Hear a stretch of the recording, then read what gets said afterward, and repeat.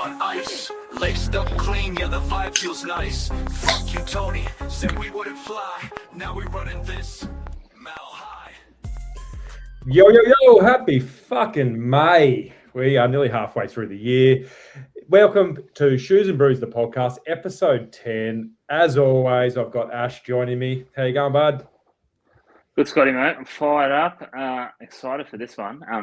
Every guest is special to us, but one super close to home. So, yeah, excited to chat to big Will McInnes, who's trying to be going for the youngest Australian to do all 7 major marathons this year. So, it's going to be a good one. How are you, Will? Welcome, Will. Yeah, nice. Thanks for the intro, Ash. Yeah, I'm really excited, mate. It's been a bit of a build-up for this one, but yeah, keen to be on, jump into it. Mate, unreal. Before we go any further, Shoes and Brews. I heard a beer crack during the intro, but he's got the crankshaft, have you? No, I got a heaps normal. Oh, heaps normal. I probably need that after last night, but here we go. Young Henry's IPA. So, fuck you, Tony. I can see who the athlete is on this call already. 100%. Setting the tone earlier, I like it. Oh, don't worry. I had my enjoyment. This is my first week back, so. Yeah. Had your fun after some runs. Yeah, I had 2 weeks off, and I had some fun. Yeah. Before we get into your story, we always talk about sport or something that's captured our eyes in the last month. So, mate, Will, kick us off. What's captured your eyes in the last month in the sporting world? I think more probably Magic Round in the NRL. The success that is, obviously NRL do a great job with that the last few years, and what really caught my eye was probably the Sunday game, the Warriors v Bronx. The New Zealand side seemed to be the furthest team from Brisbane, but they probably had the biggest fan base there, and that game just looked like it was electric. I had a mate there actually who was there, and they just said the New Zealand fans are different. One, they're all scary, so you don't want to say anything to them, and two, they just buy in so much to the culture, and especially when the Wars are going well, it's just a good thing for rugby league, and it's just a great atmosphere. So the Magic Round over the weekend, and also I am a bit of a West Coast Eagles fan, so us getting the win over GWS was also pretty handy as well. Yeah, Sunday. I don't know what. Yeah, it was a great Sunday. AFL. What about you, Scotty? Yeah.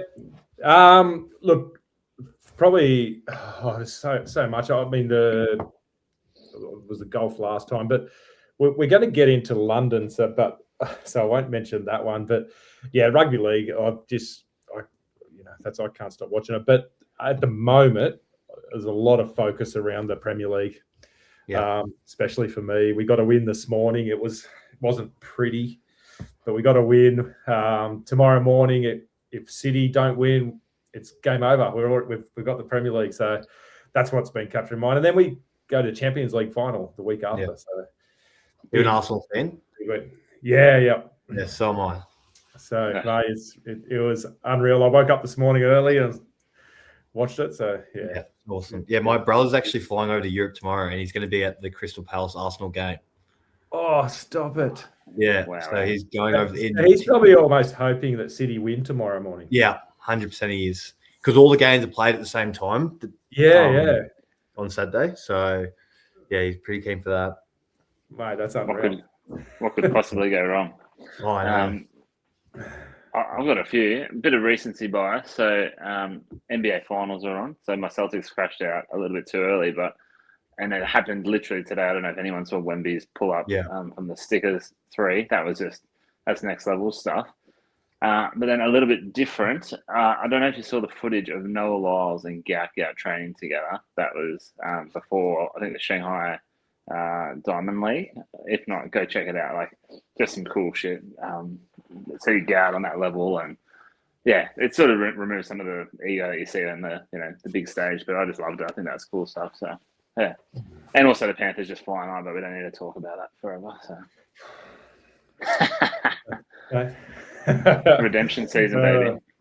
Yeah. But the Magic Round, mate, I'll next time the Raiders will be there next year, and I'll go again. I went 4 years ago. It is unreal. Yeah, So it looks like such a son cool and male, man. Yeah. You know, all the pubs at 10 a.m. Everyone's wearing jerseys everywhere throughout the city. Everyone's happy, fun. Like it is a really cool weekend. I know AFL sort of tried it. It gather rounds. Yeah, gather round in South Australia? Yeah. I'm not It sure does it look works different. the same. No. Yeah, it is. I've heard the buzz. I've had a couple of mates head over there, and they say it's a bit of a buzz. But obviously they don't play. The vibe's a bit different because the games are scattered across that SA. They're not all just at the one venue like a Magic Round is. Yeah. So I don't know if it hits as hard as like Suncorp is. Every fan's there. And sometimes you get some of the schmuckier games put out pretty in the sticks of South Australia. So I mean, it's good for Adelaide as a whole, but I think the Magic Round with having it in one venue is pretty cool. Yeah, the other difference 100%. the other difference with league is that it's a shorter game, right? So back to back, like you can sort of persist, and it's a bit more even flow sort of vibes where you can sit there and watch. Not that you can't watch neutral AFL games, but it's a bit of a longer stint for neutral fans to sit there and hammer out 3 games back to back sort of thing. So but it does look good. Like just saw the footage. Like, this is probably the most Magic Round I've watched this year compared to previous years, and even just the way a bunch of the crew do it on socials and in venue. Like obviously, a few pros and cons. Like getting on the beers at 10 o'clock, big pro. What happens at 10 o'clock at night? Who knows? But anyway, don't be a dickhead. It's a long day. Oh yeah. So start saving now if you plan on going next year, I reckon. But you might get on the road. Yeah. Mate, rip let's into kick it off. Ash, get into it, mate. All right. So, super pumped to chat with you, Will. Like I've obviously got to know you over the last couple of years through the Magpies and then just probably our shared love for running. But keen to just hear from you, really. Like if we go back in time, not everyone's always been a runner. Most of us probably took it for granted because we just played sport early days. But take us back maybe before you started running, what life looked like and sport you're into, and then sort of how you got into running. Yeah. Well, firstly, thanks again, gents, for having me on. And I think just with my story, it was probably I was sort of always going to be somewhat involved with sport. I had my old man played rugby union. He actually played here for the Brumbies, which were then called the Kookaburras, and then went on and played a few caps for the Wallabies. I guess rugby, sport in general, was in my blood, and my mum played netball all the way through. So I was always given footballs or whatever it was as a young kid. And then at school throughout kindergarten to year 12, it was how many days off I could get throughout the year to play whatever sport it was, if it was softball to netball, whatever it was, even then getting into coaching in year 11 and 12 as, coaching younger teams. And I think sport was my passion. I played outside. I played a lot of rugby league and rugby union. And then my friendship group, I guess, with the attachment of being in Belconnen, sort of had a half go over to AFL and half go over to rugby league. And I sort of did that up until I was about 18. And then I played under 18s for the Belconnen Magpies. And I was playing for the Belconnen United Sharks rugby league. And I sort of got to a point where I needed to make a decision which way I wanted to go. And I made the decision to go with AFL 1 because I just love the club, the culture of the the football club that it presents to you. And I sort of suited a little bit more for the AFL scene. I became a little bit more running wise, was a bit easier. And, playing rugby league, when you got a bit older, you have to run with some pretty big dudes and you're pretty sore after that. So I chose to opt to the AFL for a bit more long-term, I guess, focus. And then, did that for a little while. And first year out of school, I came across and I actually had broken my scaphoid, which is just a really annoying and shit part of your wrist to break. And no blood supply get to that. So it can be, it was ended up being a 16-month injury where I was in a cast for nearly a year and a half. So I couldn't play footy.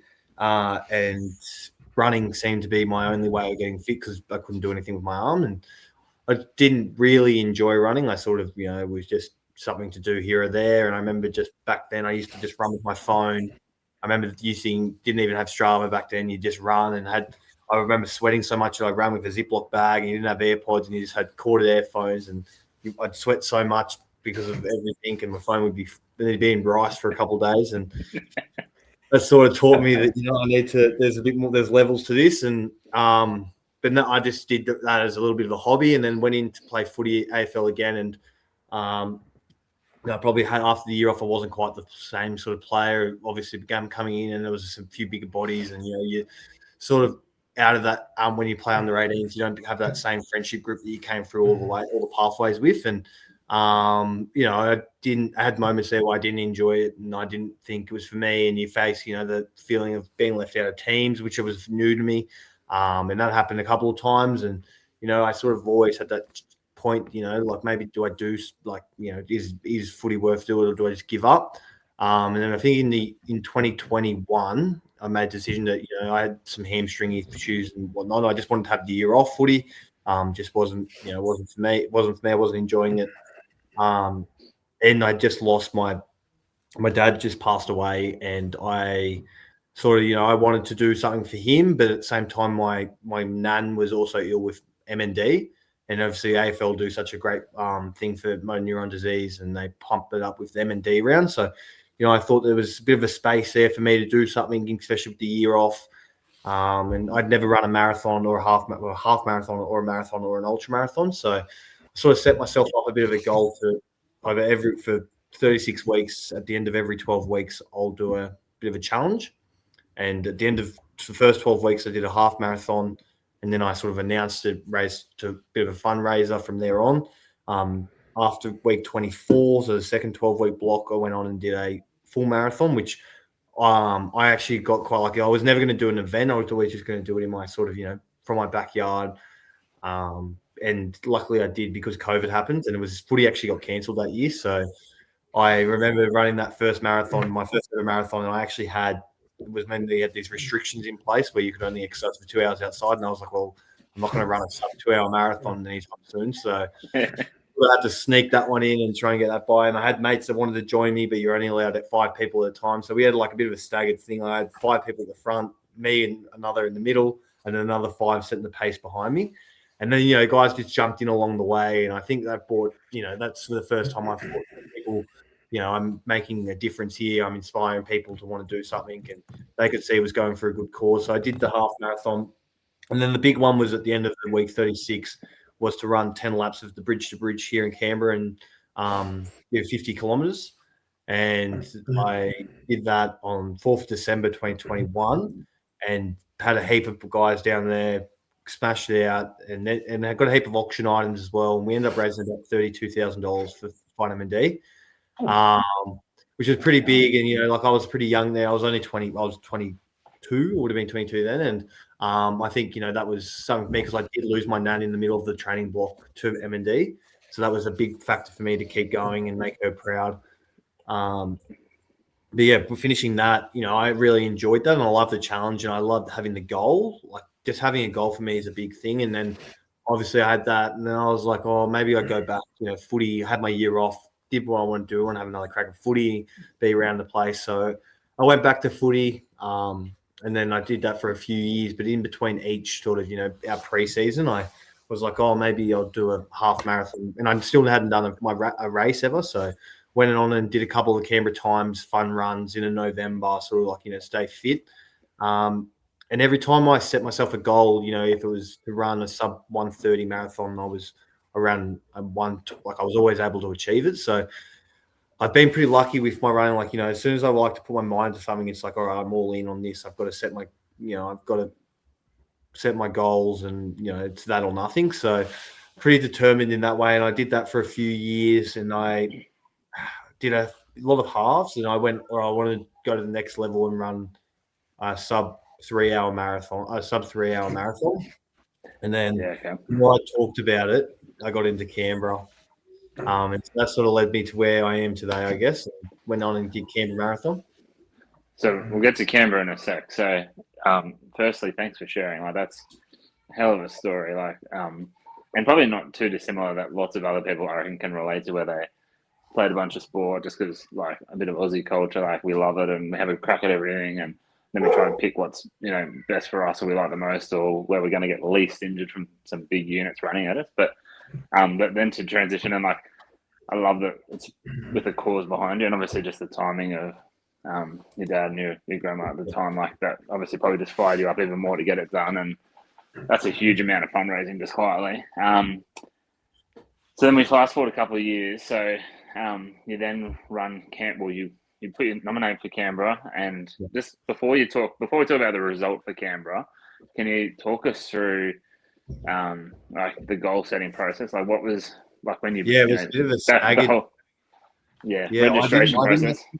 I like went from being like, all right, I want to run a sub 3 hour marathon. Yep. And then I think around the same time as I said that, like there was like people talking about, there's Boston qualifiers. And I'd never, obviously you've heard about Boston Marathon. You've heard, it's the pinnacle of running for amateurs. And you've seen like, obviously, what happened 14 years ago when the Boston bombings went off at the marathon, and it's very well documented. And I think that was something for me. I was like, oh, what's a Boston qualifier? And I looked into that again, and I was like, oh, it's 2:55. And I was like, oh, well, maybe I go for 2:55. And then it went on again when halfway through my training, I realized that I never even thought of it. I thought it was, you get 2:55 because here in Canberra, you just enter, you're guaranteed into a race and you pay your money. Then I realized that you have to have a buffer time on top of the 2:55 marathon time and meet your time. And then but then no one knows what the buffer time is until after your race. And there's like heaps of experts who read on there, and they're like, oh, if we're going off years today, you need about a 6 to 4 minute buffer. We're going off the last sort of 5 years. And I was like, okay, well then that's now become a 6:51 marathon. A 2:51 marathon. Mm-hmm. And I was like, that sort of changed a few things, and that made me a little bit nervous. But I set everything up to go 2:51, and that was sort of the goal. So then my goal was to just qualify for Boston. There was nothing in my thoughts about any other marathons at the time.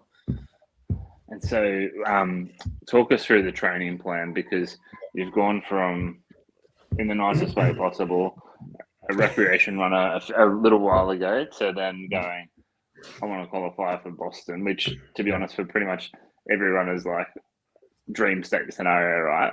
And also we love a big goal on this podcast. But talk us through how, like, were you already running fast enough to go, oh shit, I think I can do this? Did you get a coach? Did you put a plan in place? Did you talk us through some of the logistics to go, oh, I can actually have a crack at, say, a 2:50 marathon? Yeah. So going back then to like the half marathons, I think being able to run like, a half marathon 1:30, you got to hold it that, 4 hours 15 is a sub 1:30 marathon. So half. And then I went on 4 minutes 15. Yeah. 4 minutes 15. Yep. Yeah. And then I was like, all right, that's the pace, to do 3 hours.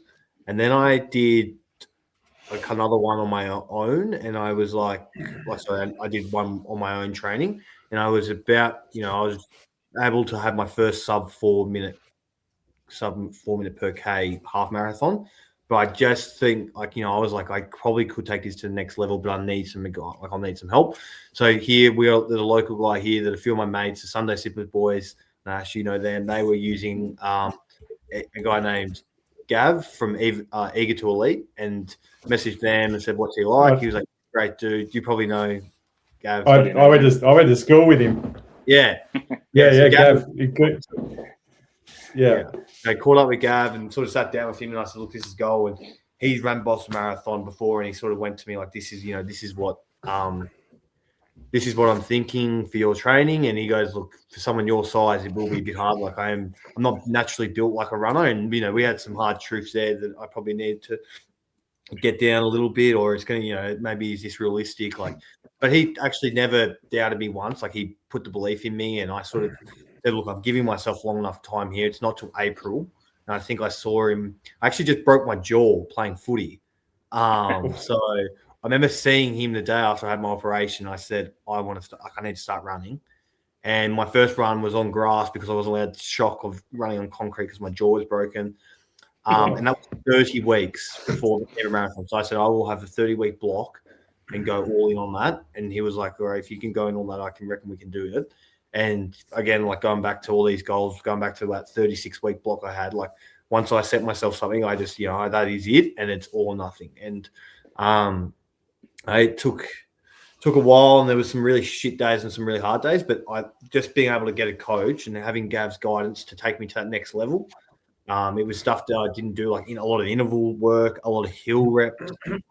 Looking back at that now, and even in my current training, I'm like, some of those weeks that I was having was like the peak fitness I've ever my peak fitness and some of the best shape I've ever been. And I really like, I noticed that, especially going into Canberra Marathon, was like a lot of that training did so much for me. Having the 120K weeks, all those hill reps that you do and you always put them on a Friday, which sucks. Having to run hills on Friday is just the worst thing. But just having the discipline to, it's so easy to want to be at the pub with your mates, but then staying and going, just running up the same hill 40 times, like. But yeah, like he bought in on that for me, and I think he promised me it was possible. I just had to give him the buy-in. So, so then let's go then to the race day, because like this day unlocks lots of the next part of the story, right? Yeah. So just to set the scene for Scotty, so I probably didn't really know Will like a whole lot at that point. Like we'd met a couple of times, so nothing too major. And I don't even think I knew your goal at that point, other than like you intended to run fast. I can't even remember if you told me your goal, but I thought, I'll go and like Canberra Marathon's just down the road, and so I sort of planned to go to two different spots, and everyone's spectated an event. You know what it's like. Sometimes following someone on the track or going, "Oh, is this thing working? Is it reliable? Am I going to get to see there or whatever?" So, so talk us then. We're race day. You've got this goal in your head, Boston qualifier. And then, just talk us through how the race itself went. We'll get to the result in a sec, but how'd the race go? So this is Canberra. Canberra, so 2025 last year. Okay. So it's pretty recent. Yeah. Yeah. So about nearly 14 months ago. So at this point, had you ever done a marathon in a race? Not a race, no. No, okay. Never. And I got put in, I remember getting there and I had priority. I don't know how I ended up in priority, but I was put in. So priority is like maybe top 25, maybe Canberra's not as far, like Canberra, probably maybe 40, 50 people actually.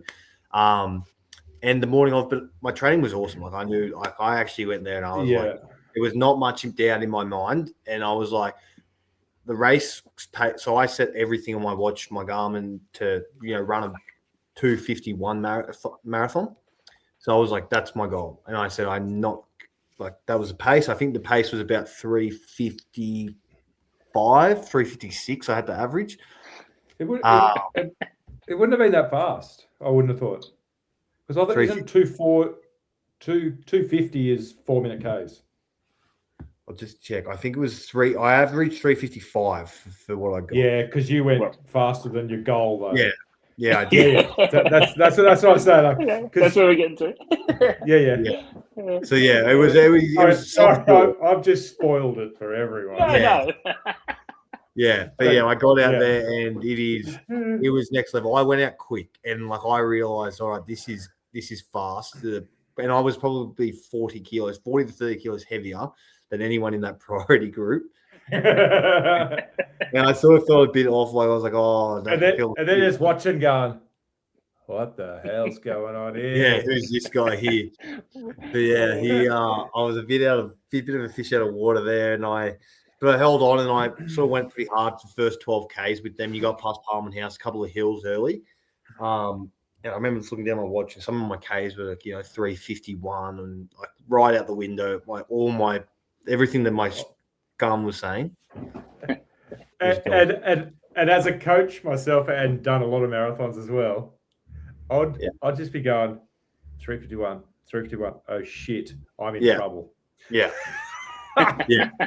And I think, but for me, there's a bit of me that's a bit like proud. Like I hate people. Like I get a bit like I have so much determination and so competitive. Like I see someone run past me, I take it personally, and I'm like, nah. It's like I'm like I can't have this. But then I got to 12 Ks and I was like, all right, let's just dial it back here. Like, yes, you got to drop your ego. People are going to overtake you. I can be a bit of an ego runner sometimes, like especially around the lake on a Sunday if someone's cross passing me. But I used to call him when I was living in Canberra and you commute on a bike, like the bike park Bike Path Olympics, Yeah. right? Yeah. I love it. Yeah, pretty much. So I got there and I was I dialed it back and I knocked it back and I was like, let's just sit to goal pace, whatever that was. And I went back and I set my goal pace and I got to sort of 24 Ks and a lot of people, like, a handful of people overtook me. And I was like, all right, let's just remember. I have a bit of a thing where I can remember every shoe that people wear or like what they wear when they run past me. So I'm like, all right, I'm going to remember this guy. I'm going to remember that guy. And I think it comes to me when I was playing footy as a kid, because I got really bad eyes and I never could get contacts. So to learn who was kicking me the ball, I had to learn everyone's football boots as a kid. So that's who I knew who was kicking me the ball. So a little bit of that stems from there. And I just remember people running past me and I was like, all right, he's got our flies on. And I was like, he's next to headhunt. So I got 24 Ks and I was like, oh, we'll see how this goes. I might pick it up here. I feel pretty good. And I knew I was getting the Parks Way, like that. It's sort of a notoriously long way. And I had a mate that ran it and he sort of gave me the heads up, like, there've been a couple of years before, it was just torrential rain and heavy headwind. And it wasn't like no tailwind at all. It was coming back at it. So I was like, oh, this is where I need to see if I can, give it some. So I held on for like 24 to maybe 32 Ks. And I saw, still a long way from home. Yeah. And then by 32, I was like, all right, I could sort of start seeing some of the people I could like pick off. And I was like, let's just give this everything. So my last 10 Ks was my quickest. I really pinned it back. I think I had some 344 Ks in there. Just started to really give it everything. And I got to like K41, K40, I reckon it was 40.5. And I just remember passing Tilapia. And that was when I first felt like, all right, I'm hitting a little bit of a wall here. So just going like my training to get me to 40 Ks to do all that. And like, especially with what we'll get into with what I've experienced recently, I can't believe it took me to, like, when people talk, oh, you'll hit a wall. I was like, well, I don't know what this wall is yet because I haven't felt it. But then I sort of felt a slight one by 40 Ks, but 1 year at 40.5 Ks, it's like I'm home. Like you're done. Yeah. And you sort of pick during the race as well. I have like a little bit of like superstitions. Like, if I'm 12 Ks away, I know that, that's the route that I take from my house around Lake Jindabyne and back. And, I'm like, I've done that 100 times. Like, what's one more effort? What's a 5K loop? That's a park run, and all the way down to 400 meters, I'm like, that's a lap of Girlang Oval, like where we've done pre-season. I've done thousands of laps at that oval. So having those little superstitions in my head and, those things I think about get me home. And then, across the line, I guess, finishing that. And I sort of knew, like, you're watching my projected time, I could see, I was there, and your GPS is a little bit out always. So, your watch goes off a little bit before the finish line. But I kept kicking on. I had a couple of mates I saw, like, you start coming up through the crowd when you get up to the finish line. And there's probably people from like the last 300 meters. And I had a couple of mates early. And then it's a bit funny, you blend into the 5K or 2K finishes. And all of a sudden, I've got like this little kid that's running next to me at the same pace, and the guy on the microphone's cheering him home, and all the people are cheering his kid home, and I'm just absolutely cooked. And there's a funny photo of me crossing the finish line. I'm trying to beat him, and the kid just pipped me. And I was so lucky, honestly. I had so what many shoes was he wearing there? And then it was out the window. It was head down there. But finished the race and I crossed the time with the time of 2:47.16. So, to go 3 minutes quicker. Well, it's about 4 minutes quicker than what I wanted to go. Was pretty big. And my first marathon race, was pretty cool. And just having all my mates there, from footy, family, so much family there. Having Ash along the way, like, I don't think I've ever thanked Ash properly for that. Like, having Ash just in random spots along the course was just people seeing familiar faces in the crowd. And I've recently experienced that a few times, but it's just such a boost for you when you just, things are getting a little bit tough and just seeing someone there, and it just, it brings you so much happiness. So, having those little sort of people along the way was pretty cool.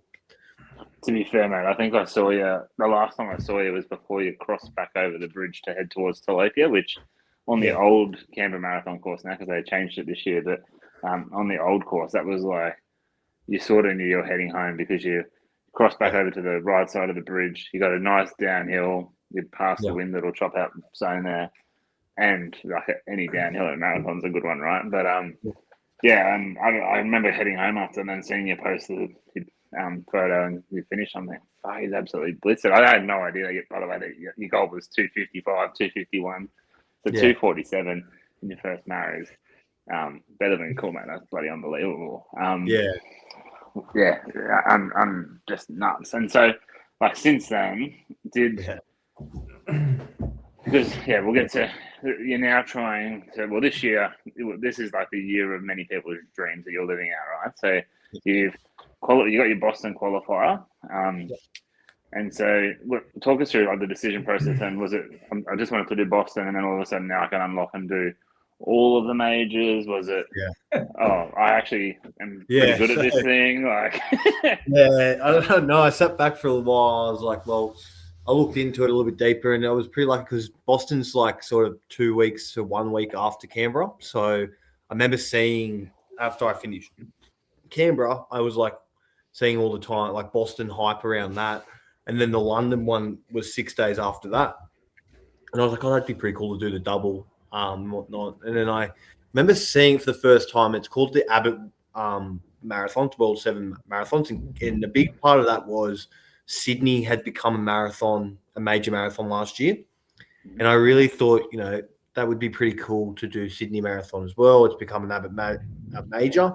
And then I just remember seeing the medal. It's a 6-star medal. It's got the 6 places at Tokyo, Boston, London, Berlin, Chicago, New York. Then they've added a 7th now, which technically hasn't been recognised until they add 2 more because it'll come 9. But there is 7 world majors, and I'd be like, oh, well, I've got this qualifying time. And I did a little more research into it, looked into it, and I was like, well, qualifying times are accepted in Boston, Berlin, Chicago, New York.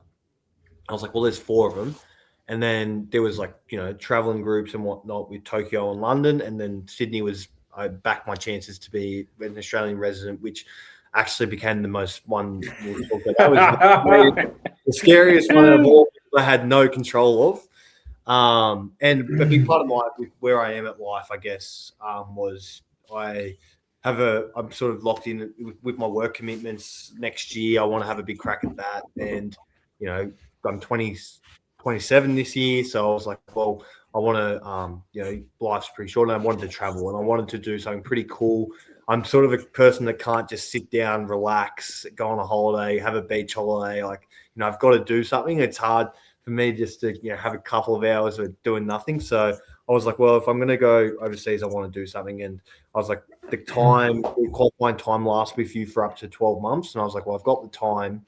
And someone said to me, which was like, you've got to enjoy where you are in the moment, because you never know if that you're going to be that fit ever again. And I think that hit me, was like, well, I don't know if I'm ever going to run a sub 2, like another 2-hour 47 marathon ever again in my life. I'd like to, but just in case I can't, I'm going to see how I go and apply for these. And I applied for Boston. Well, there was different stages throughout last year that I applied, and it was sort of like, how do I buy into this? Because it's like selling something, I guess, manifesting it, but I can't guarantee any of it. Like, I was sort of hyping on 7 majors 1 year, and then everyone was like, well, what happens if you don't do one? It doesn't count. And I was like, because then I came up with it was just a run one day. I was like, because I just wore my hat, which my original hat just has WM, which was Will McInnes, which at the start was that. And then I remember going for a run one day, and I was like, I could change that to W7M, which would work for World 7 Majors, and still be So I was like, actually, I could do something with this. So I ran with that, and then I got into a couple of the marathons. I was picking them off through the year. New York was my last one, but actually Sydney was my hardest one to get into, because I had to go into the ballot, and I knew people that weren't getting it like that day of the ballot. So you're in now? In all 7 now, locked. Everything is locked. Everything's done. I actually didn't know until after Tokyo that I was doing New York. Yeah. Started this year. So that's unreal. Yeah, so it was a bit stressful. Like, but I actually it was stressful at the same time. But I never once. It's weird. I never doubted it. Like that, I never thought that I was not going to get in. So that was also a chance. Like I was like, actually, Sydney was the only one. I was like, I've got no control in Sydney.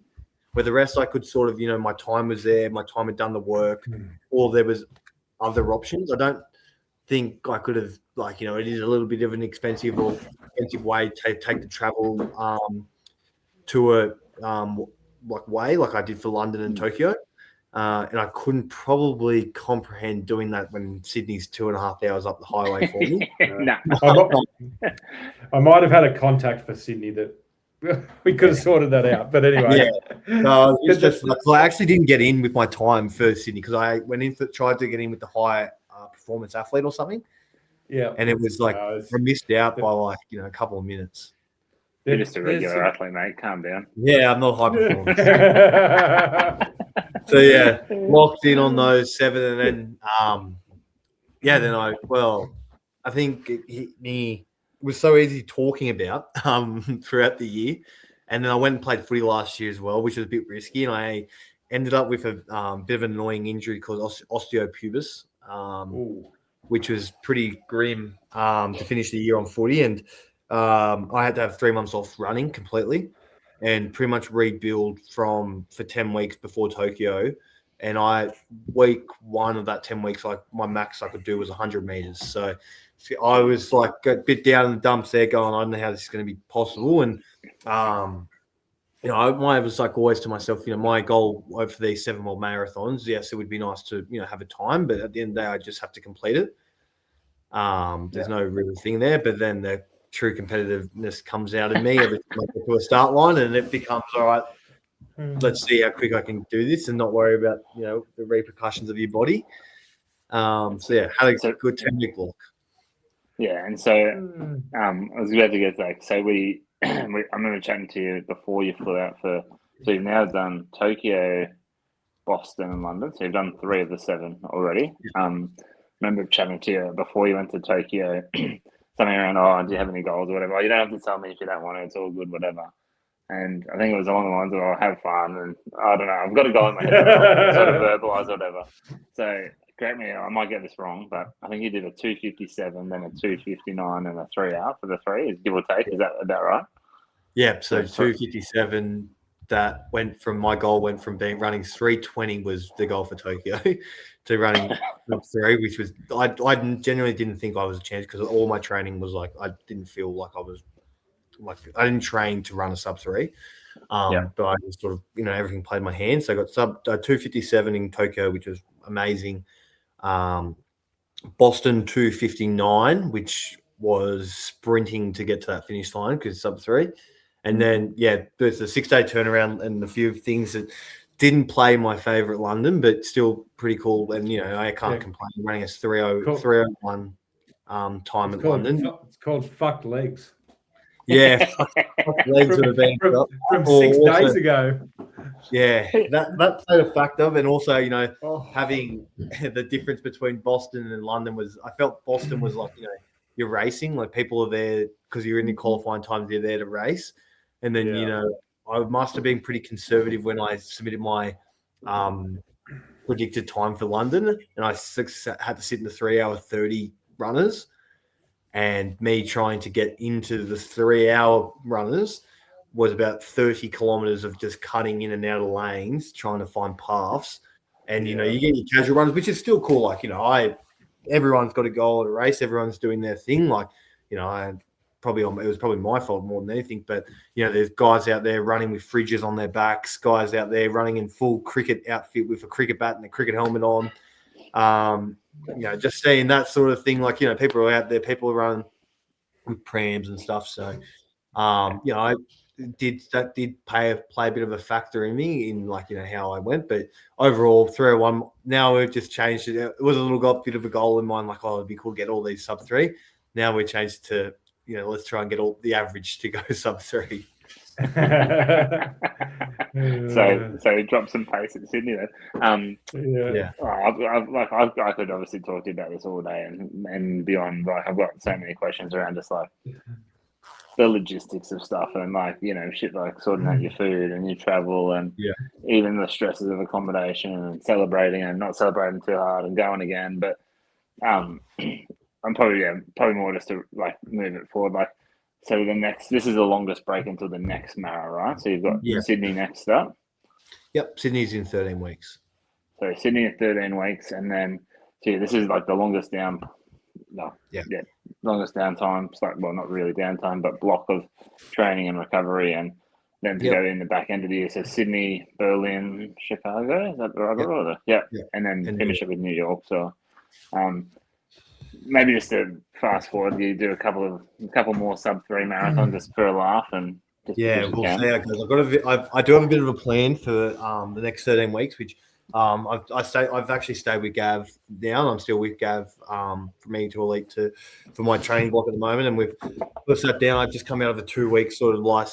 I still ran a couple times, and I've just signed on with a nutritionist as well, who's helping me out because we're really going to dial in on some key factors here, and I just think there's so much more to running that I need to learn about, and with this 13 week break, we're going to use Sydney as a bit hard. It's a bit, still a marathon, but I'm using Sydney as a bit of a training run. To still run a sub-3 marathon would be the plan. But that's not the end goal. The one after that, Berlin, which will be 4 weeks after Sydney, I'm going to see how I can go with that one, and hopefully run my quickest time for the whole 7 will be Berlin. I've sort of circled that one as the one I'm going to give the crack. I think the course is notoriously known as one of the quickest in the world. Yeah. Quickest out of the 7 majors, definitely. Sydney is notoriously originally my goal was to have Sydney as my quickest, but I think after I learned Boston with the hills and Blair and a few other factors, I just think, it would have been really cool to have, I guess, home ground. A lot more people could have been out there, a lot more families could be there.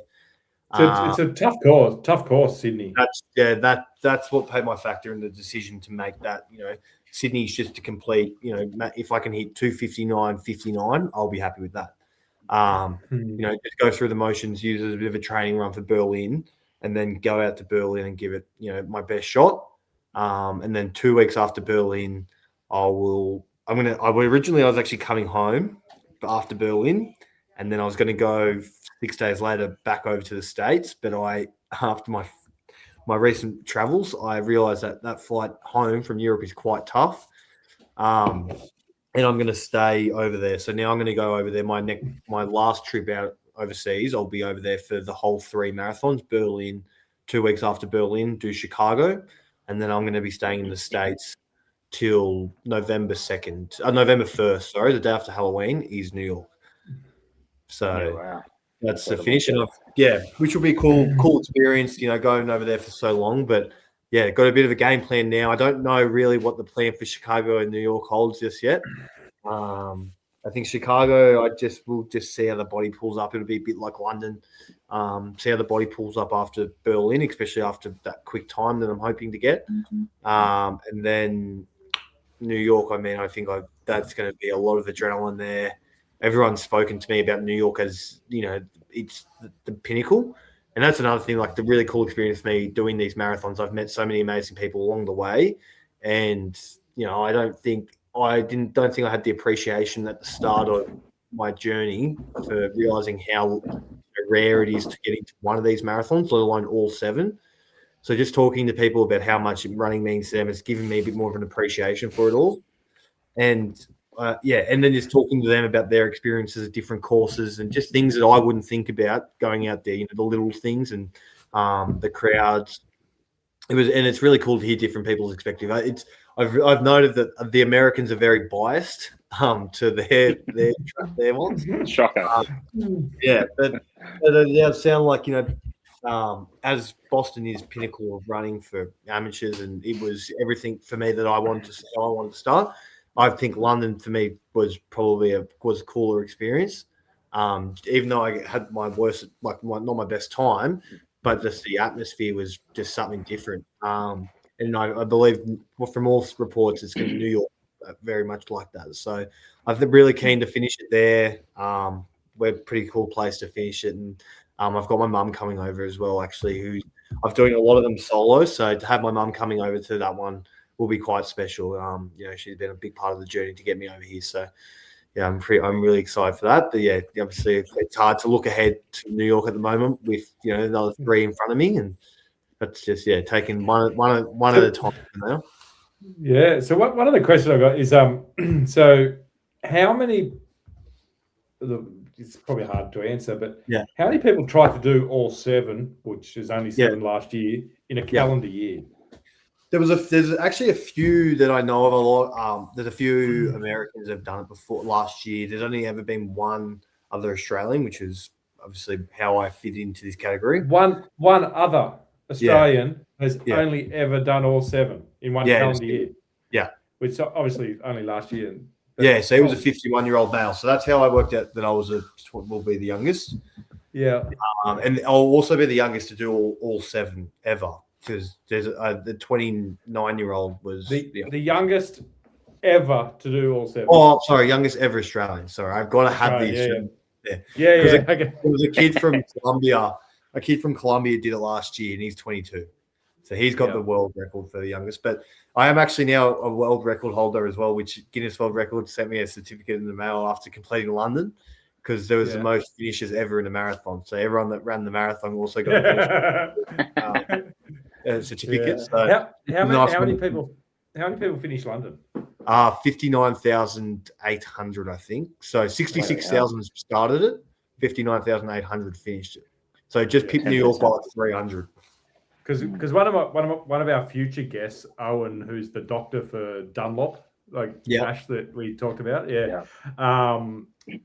he's English, and I think for the ballot for next year, there was 1.2 million English. Correct. Yeah. So I think next year next year we'll definitely get picked because it's actually London's going to get run over 2 days. Yeah, they're looking at men one day, women the other. Saturday, Sunday. Yep, correct. Mate, 1.2 million just going for a ballot. Yeah, so I had to fill on the ballot this year with my hope for the one I just ran, and I think it was like it was over a mil worldwide for the ballot, and that's when I realized I might have to go another round. But it's just so cool. Like, and it just shuts down, and for me, like when I'm over there, like I don't actually have to do many sightseeing things because during the race, you go past everywhere. You go past London Bridge, past you finish at Buckingham Palace, and Tokyo was the same. Boston was very much the same as well. It's also like cool. You're so locked in at the same time, but you've also got this is pretty cool where I'm running and taking it all in. I've got 2 burning questions. One is so London, you're running that's a historic day in running, right? Sub 2 hour officially broken in a race.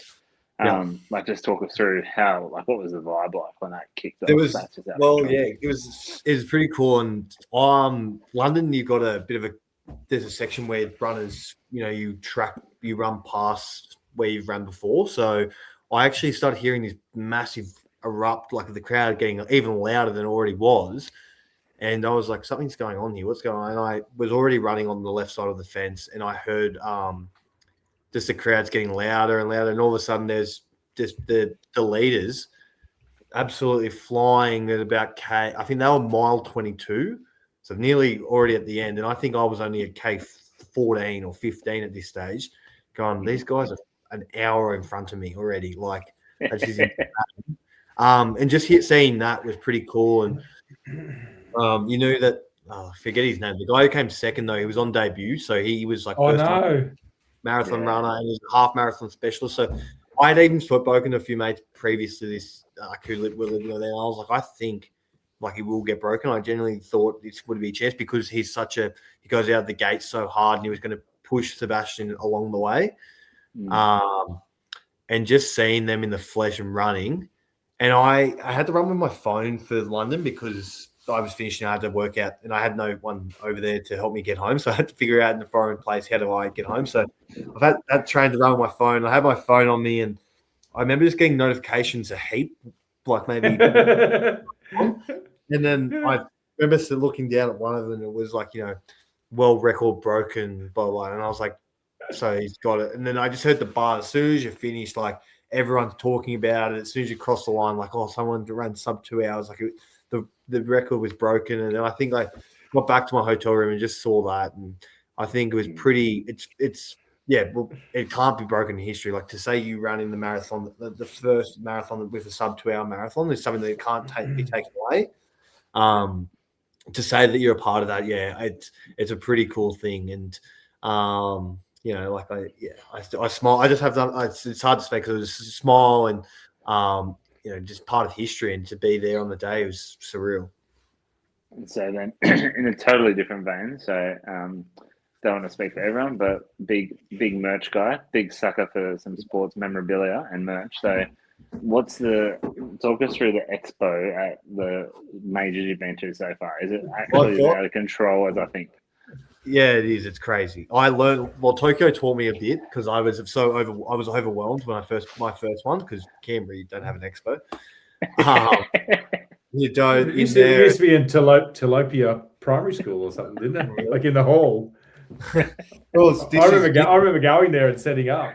And this was 2 levels. This was 3. I think the one in Tokyo was 3 levels. And Asics. I'm a big Asics man. Like I love my Asics shoes. Like.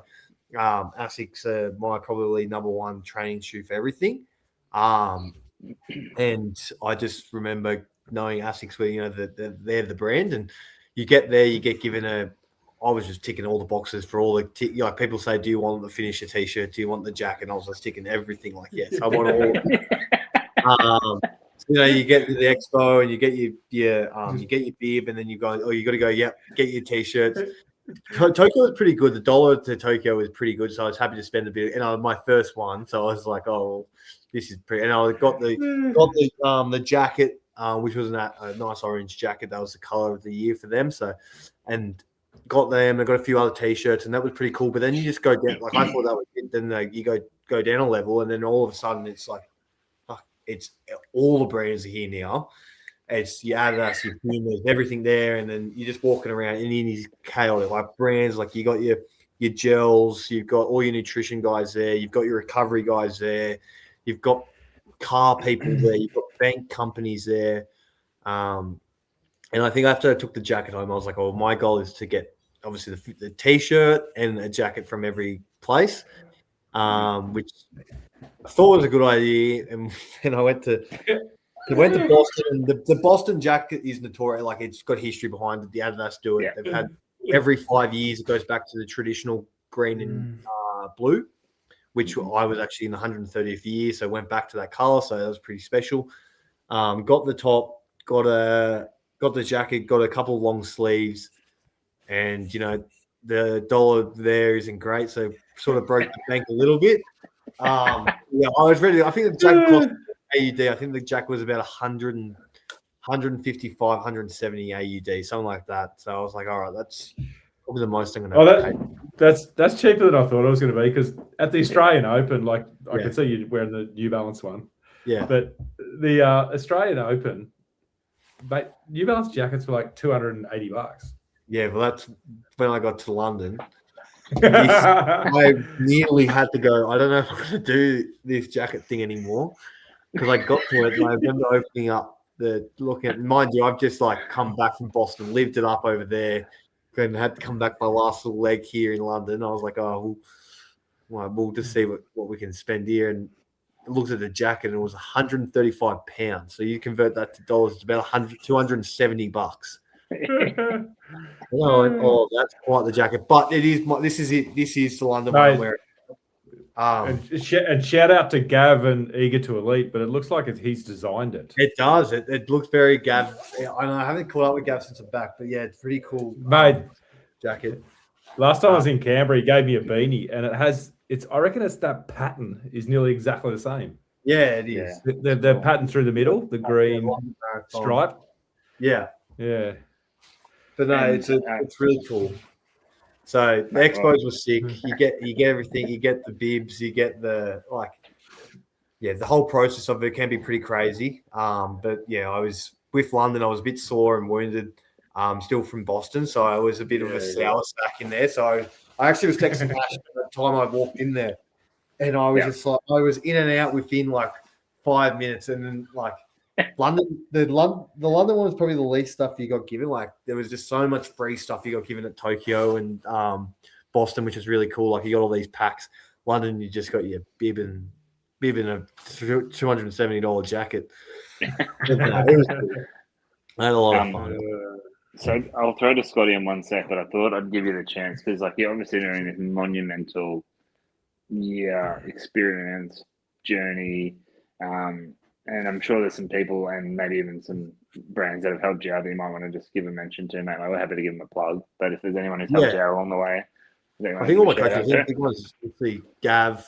Gav's been pretty big for me. I've got Nutrition by James, who's jumped on board for my nutrition, and I met him through the team at Hybrid Athletics. So they're based here in Canberra. They're doing some pretty cool work in the Canberra space at the moment, especially in the running scene. They had the track night a few months ago, which did really well. But also both Liam Slater and Liam Shaw, who both been big parts of my life. They've known me throughout my whole footy career. Have them guys on board.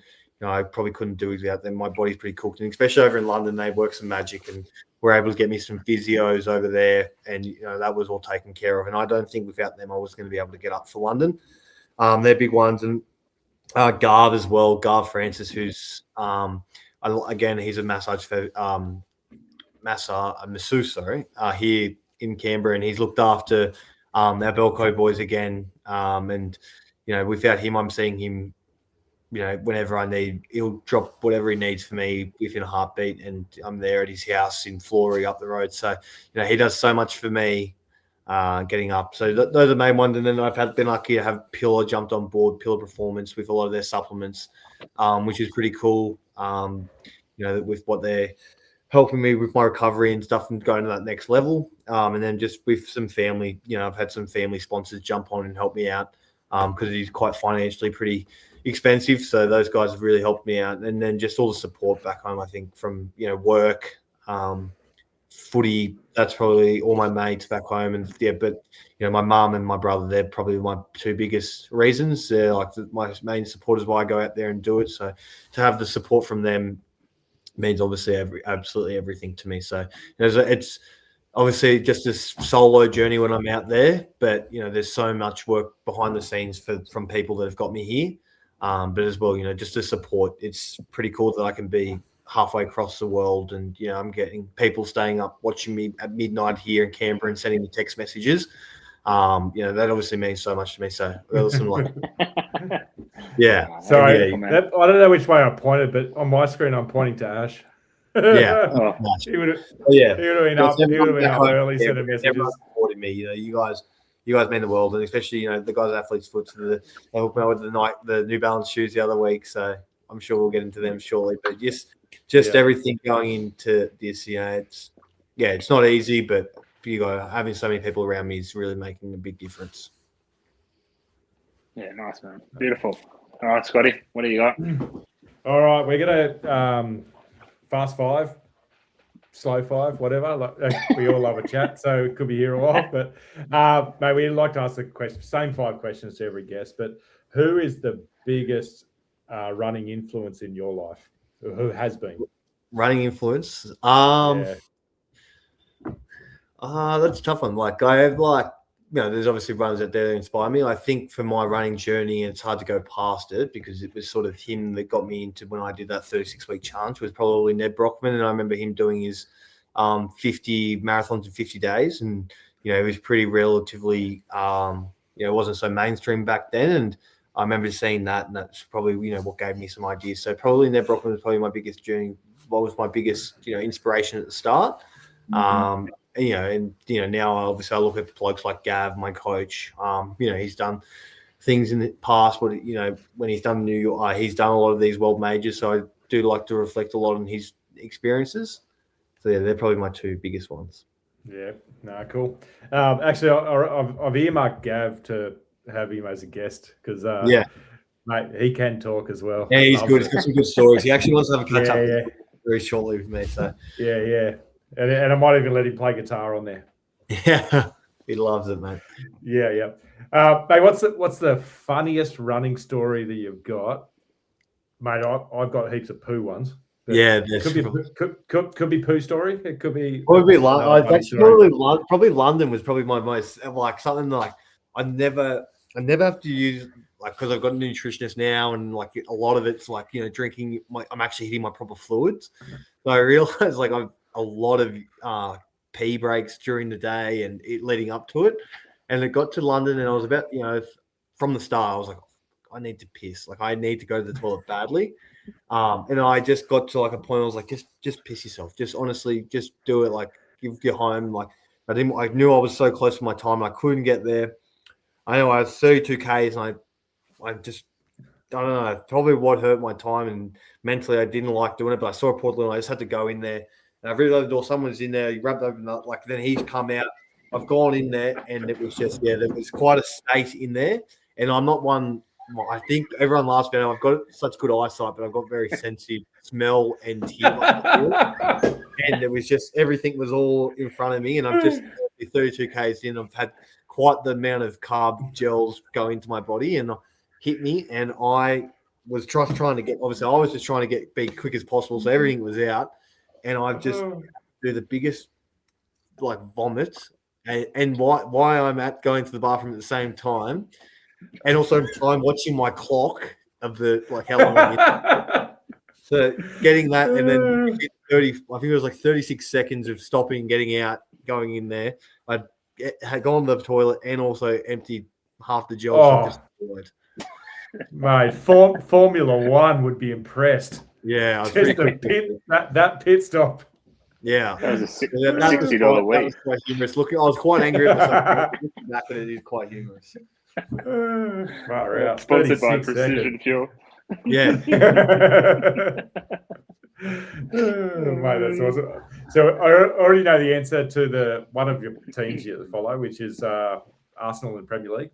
Yeah. So what other sporting teams do you follow? And yeah, so I'm mad Canterbury Bankstown Bulldogs fan in the NRL. So that's 2 in 3 guests. my old man went for them and sort of wanted them. My mum's a massive Raiders fan, so I do have a very big soft spot for the Raiders. But yeah, Dogs fan since I was about 4. And then West Coast Eagles in the AFL, another team that's also struggling at the moment. So I've got some 2 and also find themselves at the bottom a lot. So I've had 2 pretty struggling teams. Arsenal in the Premier League. In the NBA, I'm sort of, I'm a big LeBron fan. I love LeBron a lot. So, I do like the Lakers, but I am Celtics from through. Yeah. Wow. Yeah. Yeah. Amazing teams. Yeah. So West, like I got no idea about AFL, right? Yeah. But West Coast Eagles. It just seems why. Did you ever live Perth or? No, I didn't never lived in Perth or anything. And I had like one of mum's good friends, her son played for the West Coast. And at the same time, I never watched AFL ever. Like a lot of my mates were sort of I was all rugby league in my household. And some of my mates were AFL. And I think West Coast were going pretty good at the time, maybe mid 2000s. And I sort of jumped on the bandwagon there when they won a comp beating Sydney, and I was like, oh, well, they're good, so I'll jump on them. And then, I've sort of stuck with them ever since. But, AFL is probably not my, dominant sport. It is rugby league. I am a massive rugby league fan. And obviously the Brumbies here then in the Super Rugby. But it is obviously a bit tougher with the situation, obviously, with rugby around Australia at the moment. But I am a Brumbies fan as well. Yeah. There's rugby. I think they need the NRL administrators. Yeah, they need Peter V'landys. Mate, because they are killing it at the moment. But quickly, I know I had a rant last Friday or the Friday before about the doggies. Might have been last Friday on my Shoes and Brews. Yeah. And, mate, what are your thoughts? Oh, it's killing me at the moment. You don't have a 7, you don't have a 9.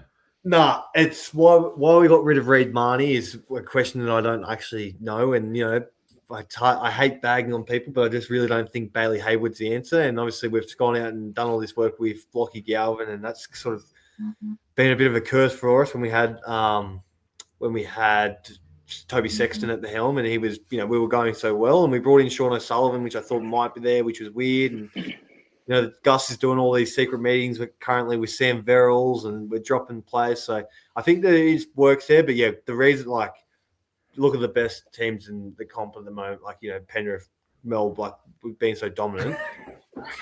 The teams have been so dominant. They've got, the spine is just, it's locked. Yeah. And just playing with that bit too often, I think, that's what's hurt us. You have a good spine. Everyone else plays good around them nearly. So I think the question I've got for Doggies fans is how many utilities do you actually need? Crikey, you don't need 10 of them. Oh, well, then you chuck them all. Anyway, we're in different positions. It's hard coming into work every week because my office is very rugby league based, and everyone questions me what's going on with your dogs. And honestly, it got to a point where I just don't have I wish I knew it, but I think you hit the nail on the head with it. We have no 9, we have no 7, and it's hard because you've got some really good players outside these guys, but we haven't got the right players to get them the ball. Jacob Preston probably missed out on getting named for the Blues because of what he's got outside him. Well, as I could talk rugby league for hours, and I know we'll go to bed some stage tonight. But Jacob Preston he runs that ridiculous line on the right edge. He runs that line inside from outside in. You got kick out that. He just needs to run hard. Yeah. Fuck me. I don't know what's happened with him. But you got Preston, one of the best running back rowers in the game. Yeah. On the right edge. Yeah. Let's move him to the left. Yeah. It's like, what the fuck is... I don't know why they moved he's never run that angle in his life, and I'm going to put him to the left. Yeah. So, no. Yeah, it's very frustrating as a Dogs fan. I'm no super coach, but... anyway, we'll move on because like I said, I could talk rugby league for hours. Ash is probably going fucking Penrith going right. Fuck. No, I don't worry about it. I'm saying I could talk rugby league for forever as well. So, mate, while you're running out there, like I always, whenever I was running, and especially triathlon stuff, was like all I could think about was having a hamburger and a Coke after the race. But what do you think of any food while you're racing, or what is your go-to meal? Well, it's a bit hard now for nutritionists. It's not like they're sort of quite strict on me. I can't really hide anything, which I used to do. And like my pre-race, I love pre-race meals, like my carb loading. Like I used to there's a shop here in Flory called Mills and Grills, and they just do the best pizzas and pasta deals. Oh, yeah. And I used to get them before I played AFL as well, like a Friday night. And I just smashed that always on a Friday night. And that'd be my carb load. But now I'm going away. I'm not allowed too much creamy stuff. It's all very basic food. So it's a bit more strict now. But I think after a run, like after Boston, I had a traditional big slice of pizza after Boston. And I think I had something there. But during my runs, I think pizza is my go-to. I love a pizza. Even before a race. So if I can try and get them somehow into me, but yeah, it's a bit Italian food always the night before a race, 100%, except for in Tokyo. I couldn't get much Italian over there. I had to the white rice was heavily smashed. And then actually I had some after the race in Tokyo because I hadn't got I wasn't too serious with my nutrition after Tokyo. I had some pretty good food. I had some pretty good food over in Japan because I was a bit and ahhing over there leading up to it. I didn't want to, I just wanted to stick to routine and, touch foods that I knew that, I would like and didn't upset the stomach. So yeah, a couple of goizers after it, a few dumplings and all the good, some nice ramen, bit of spicy ramen. What I'm hearing is that's the price of being elite, Scotty. Yeah. It must be nice. Mate, the last question is, mate, what is your favourite drink? Why is it beer? and which beer? And Ash has actually added another one. So what beer? But also, where's your favourite place to have a beer? That's a good question. I've sort of been I'm not a big drinker, so I normally don't tend to have too many. But like I can drink when I need to drink. So it's at the moment, just a Carlton Draft is obviously a pretty good choice, especially if it's, from a pub, in a stubby, or that's probably number one. And I had plenty of them on the weekend in Melbourne, and when they're pints as well, they're pretty easy to put down. So Carlton Draft, I'm very I don't venture too much over to the IPA sort of scene just yet. Well, maybe a bit more in my older age, but what are you saying? What are you saying? you guys have enough time to get really creative. I'm your great Northern, very genetic. You're not much older than my son, and that sounds exactly the same. No, yeah, I was actually gonna be drinking a draft on here. I was like, I'll go get something different on the way home. So yeah. But no, I don't mind that. Then my favorite place. For me, it depends what the scene is like. I like if it's we've got the Turner Bowling Club here, the Rock. If it's during summer, somewhere there, like the horses in front of you, or out on the deck on a great afternoon, Friday afternoon after work. That's pretty good. That's a pretty elite spot. Otherwise, the other spot for me during winter, when I am drinking, it's probably just at the Nest, at where our home ground is here in Canberra. And it's just with a bunch of the boys after a game of footy. That's a pretty good place for have a beer or two there. So that's probably my go-to there. Yeah, mate, unreal. Thanks for giving us all that. So, mate, as I said, we could talk for hours. We better get into the shoe. That sent you. It feels like a long time ago now, but the shoe that we're doing this month is the Ellipse from New Balance, a brand new model. I thought I'd bring up a comparison chart here. It's what they wanted to really do with the shoe. I mean, Ash has got the shoe in front of him, but what they really wanted to do was create a new consumer. Like, running is hot right now. Yeah, it's running is killing it. The events are sold out everywhere, as we talked about with London. I mean, 1.2 million English people went for the ballot this year. Like, that's just insane. And off the back of all their fashion, which is New Balance is absolutely killing it in fashion footwear at the moment. I thought we've got to really push this home with their running products. So that's where, they've had in this sort of space, they've got 880, which is their daily trainer. It's a stable platform. You got your Rebel, which is a bit, it's got their propulsive and a bit more fun. That there's a lot of shoes in that product, but they wanted to create a shoe that's bouncy, good price point, and looks a bit more fashionable. So that's where the Ellipse comes in. It's first feel very soft on, bit of fun. So look, I have tried it on around the shop and had a bit of fun with it, but I haven't run in it. Still slow getting back to my running. So, but want to hear you boys talk about it.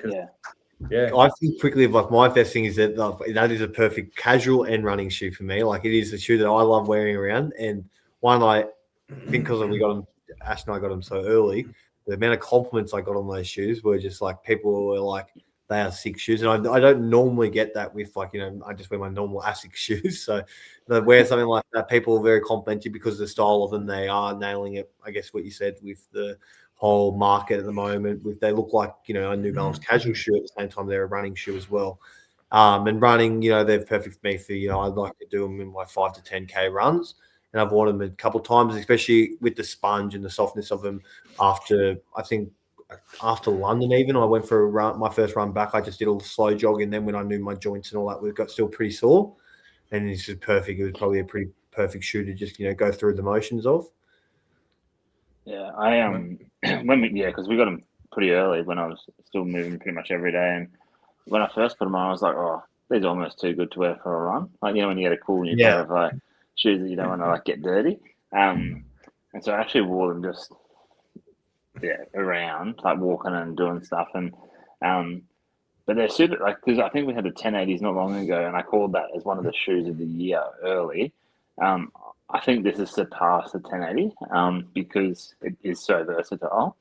it's also, I don't think it's as soft as the 1080 underfoot. Like the 1080 feels like it's like you've jumped on you've gone to test out a new mattress and you're like, oh, this is what a new mattress feels like. Whereas this is like the tried and tested thing, and it's still like it's firm enough, but still super soft and like a new shoe. So I think it does everything. Like it's to be honest, I haven't been running at any great not pace or volume, to be honest, but it's super comfy. Yeah, lots of compliments. I've just been wearing it as we get into tracky season and stuff, and it's everyone's like, oh, that's a sick shoe. That looks cool. They look clean. I'm like, well, they don't look that clean, but they look clean compared to my white shoes. Actually, no, I had to give mine a wash. I had to put mine through do my little washing trick, and they came out looking brand new again. So they passed that test, and I've had heaps of compliments on them. I've actually they were in the car tonight at footy, and one of the boys had to wear a pair of shoes, and I said, don't get them dirty. And I saw them the state they came back in. I was like,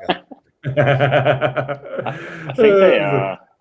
I think the people that are a bit more like fashion conscious. I'm not putting myself in that. Like I'm no oil painting, but they are a bit more slim line, sort of like straight line down like the toe box. So compared to like say a 1080, which is a proper wider foot feel under your forefoot, this you definitely can wear it with anything, right? Like I remember before we got them, there was this image. I think I just saw it on Instagram. There was like 20 colorways coming out or whatever, and they've got this like hectic purple and yellow combo, the like original that we've got, this lime color and a few others. So clearly they're going after it, but like I'd be shocked if this is not their biggest seller this year. It was pretty big. It was pretty big over there in America. The States were very, very big on them.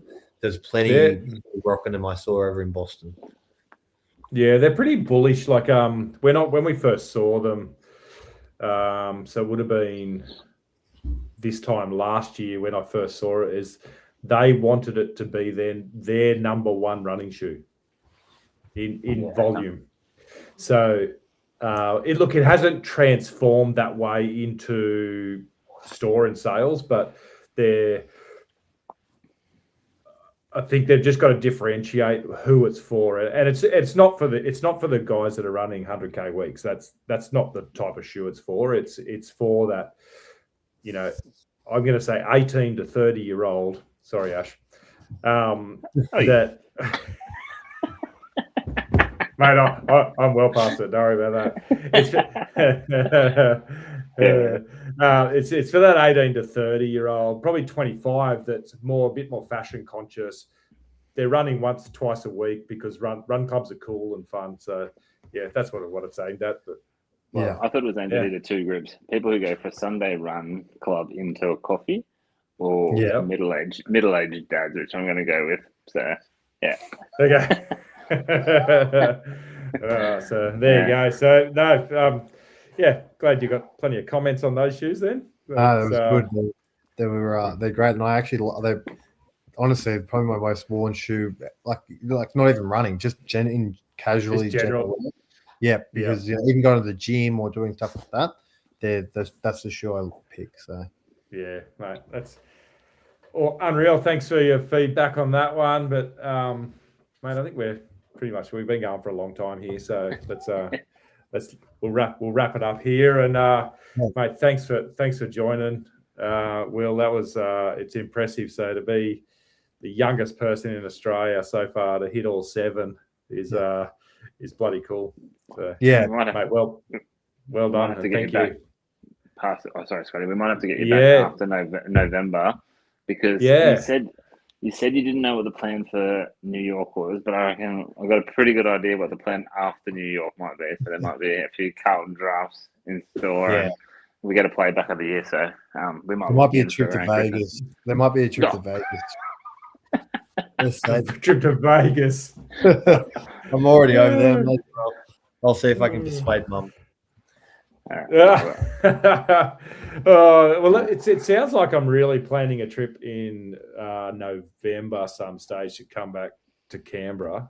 Yeah, and catch up and have all the guests come in, and we'll just do a massive catch up. It'd be pretty cool. Yeah, absolutely. So unreal. Thanks, guys, and look, we'll be back next month. I've got another guest lined up. So it'll be hopefully Lauren Bowden, Bo Diddy, who's won so many national championships in the hurdles. It's not funny. So yeah, we'll be back to talk to her. So anyway, thanks for catch up. Shoes on deck, beer on ice, laced up clean, yeah, the vibe feels nice. Fuck you, Tony, said we wouldn't fly. Now we running this mile high. Vegas, baby. Thanks, Ross.